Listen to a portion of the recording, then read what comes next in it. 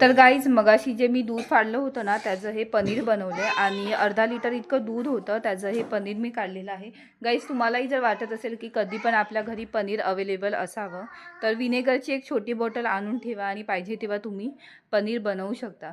तर जेव्हा पण मी किचनमध्ये कामं करते ना गाईज हे मुलं माझ्या मागे पुढेच असतात आणि काही ना काही घाण वाट लावून ठेवत असतात। सो तसंच काहीतरी झालेलं आहे आणि यामुळेच आहे ना गाईज मला खूप थकायला होतं कारण हे लोक इतके घाण करतात ना की खूप खूप थकायला होतं। ज्याच्याकडे पण लहान लहान मुलं असतील तर ते लोक समजू शकतात। आता मला पटकन नोहाला घ्यायला जायचं आहे आणि आल्यावरती मी काहीतरी जेवणासाठी बनवेल। सो तुम्ही वातावरण गाईज बघू शकता खूप सुंदर असं आहे आणि हेच वातावरण नेहमी असावं असं वाटतं पण ते काही शक्य होणार नाही। पावसाळा आहे, पावसाला जेव्हा वाटेल तेव्हा तो येईल जाईल।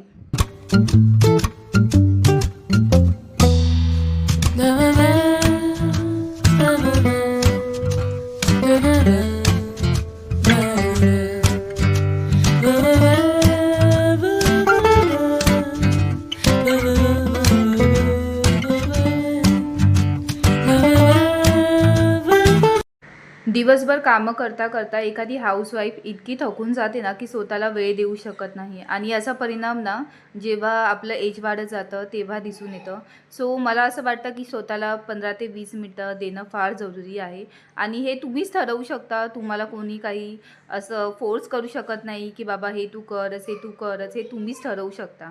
तर फिट राहणं फार जरुरी आहे आणि त्यासोबत आपण थोडंसं हुशार असणं फार फार जरुरी आहे। गाईज तुम्ही फिट तर राहाच पण थोडंसं स्वतःला हुशार ठेवा।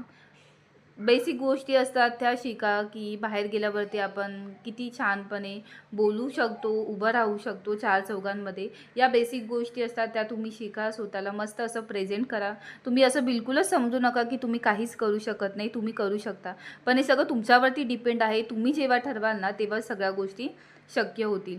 सो मी आता घरी आली आहे आणि पटकन असं एक व्हेजिटेबल पुलाव बनवते। माझ्याकडे ज्या पण गोष्टी अवेलेबल आहेत त्यापासून मी हा पुलाव बनवत आहे। तुम्ही सुद्धा मस्त असा छान चमचमीत व्हेजिटेबल पुलाव घरी बनवू शकता।